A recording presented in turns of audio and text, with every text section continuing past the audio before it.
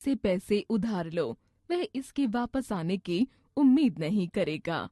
Oscar Wilde. मई का महीना था। भयंकर गर्मी हो रही थी। मैं दोपहर का भोजन करके लेटा हुआ था। बाहर आग बरस रही थी। भीतर पंखा भी गर्म हवा कमरे में बांट रहा था। मैं बेचैनी में लेटा थोड़ी नींद लेने की कोशिश कर रहा था। गर्मी में दोपहर का भोजन यदि चटोरेपन के कारण अधिक खा लिया जाए तो खाने वाला बेचैनी में 2 घंटे इस करवट और उस करवट होता रहता है। मेरी यही हालत थी।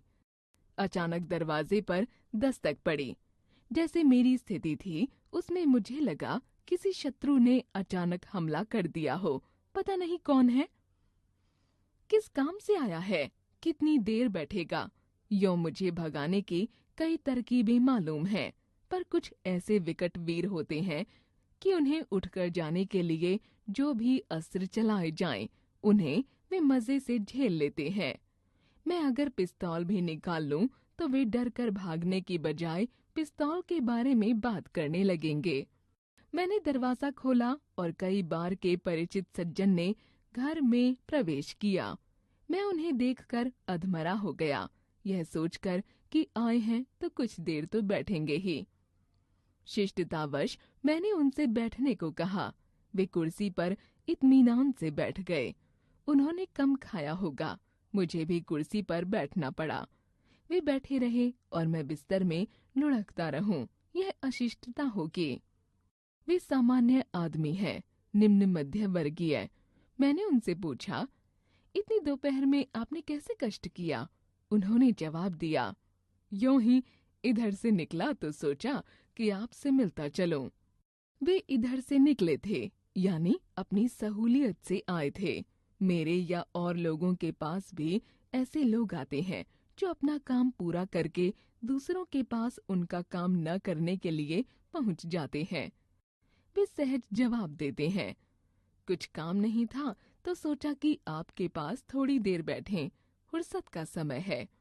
उनका तो फुर्सत का समय है जो मेरे पास बिताने आए हैं, पर मेरा काम का समय है। मैं कागज कलम रखकर उन्हीं की तरह फुर्सत में हो जाता हूँ।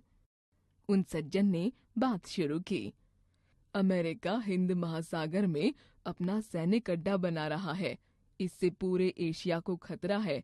सुना है कि अणु शक्ति से युक्त मिसाइल भी आने वाले हैं। मुझे उस वक्त एशिया की बिल्कुल चिंता नहीं थी। मुझे चिंता अपनी बेचैनी की थी। मैंने कह दिया, आप ठीक कहते हैं। उन्होंने बात चालू रखी। यदि इधर अमेरिका सैनिक अड्डा बनाएगा तो रूस क्या चुप बैठा रहेगा? यहाँ 2 महाशक्तियों में संघर्ष की नौबत आ जाएगी। रूस से हमारी 20 साल की सुरक्षा संधि है। वह भारत की सुरक्षा को खतरे में नहीं पड़ने देगा। आपका क्या ख्याल है? मैंने कहा, ठीक है, अमेरिका का यह कदम गलत है। वे मेरे विचार जानते थे, मेरी सहानुभूति जानते थे, इसलिए इस तरह के विषय की बात उन्होंने उठाई थी। मैं जम्हाई ले रहा था और चेहरे से भरसक परेशानी प्रकट कर रहा था, पर वे तो अंतर्राष्ट्रीय राजनीति की बातें करने के मूड में थे। आगे बोले, अब देखिए, अरब लोगों में ही तेल देने के मामले में मतभेद पैदा हो रहे हैं और इधर यूरोप के देश जो नाटो संधि में अमेरिका को अलग छोड़कर अरबों से तेल का सौदा अलग अलग करने लगे हैं। तेल संकट ने सारे आपसी संबंध गड़बड़ कर दिए हैं। हाँ, मैं उनकी बातचीत में भाग नहीं ले रहा था, पर उनके उत्साह में कमी नहीं थी। वे अरब देशों से उड़े तो एकदम चीन पहुंच गए। कहने लगे, चीन एशिया का सबसे बड़ा क्षेत्र है और साम्यवादी है, फिर भी उसने अमेरिकी सैनिक अड्डे के विरोध में एक शब्द भी नहीं कहा। रूस का यह कहना है कि चीन अमेरिका का समर्थन कर रहा है। बताइए, चीन की कैसी गंदी नीति है। मैंने जम्हाई ली, पेट पर हाथ फेरा और कहा, और तो सब ठीक है ना? इस वाक्य का असर होता है कि आप कृपया उठकर चले जाएं।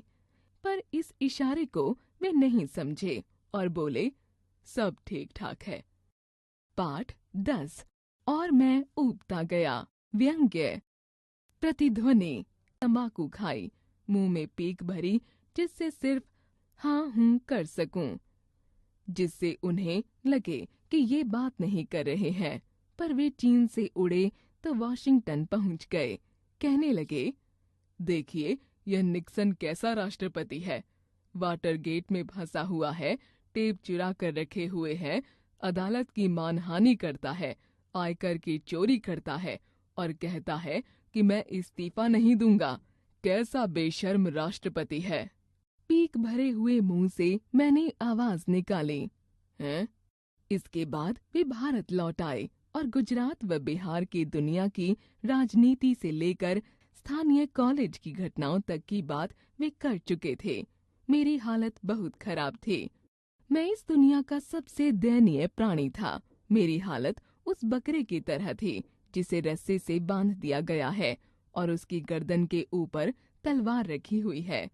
वह अब उठ बैठे और अंगड़ाई लेकर बोले, और तो सब ठीक है, कोई खास काम तो नहीं है।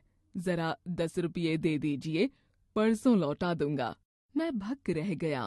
वे मुझसे आते ही कह देते तो मैं उन्हें 10 रुपये दे देता, पर उन्होंने मेरे राजनीतिक विश्वासों की इतनी लंबी भूमिका बांधी। वॉशिंगटन से लेकर मास्को तक के चक्कर लगवाए। मैंने उन्हें फौरन रुपये दिए और वे यह कहते हुए चले गए कि परसों जरूर लौटा देंगे।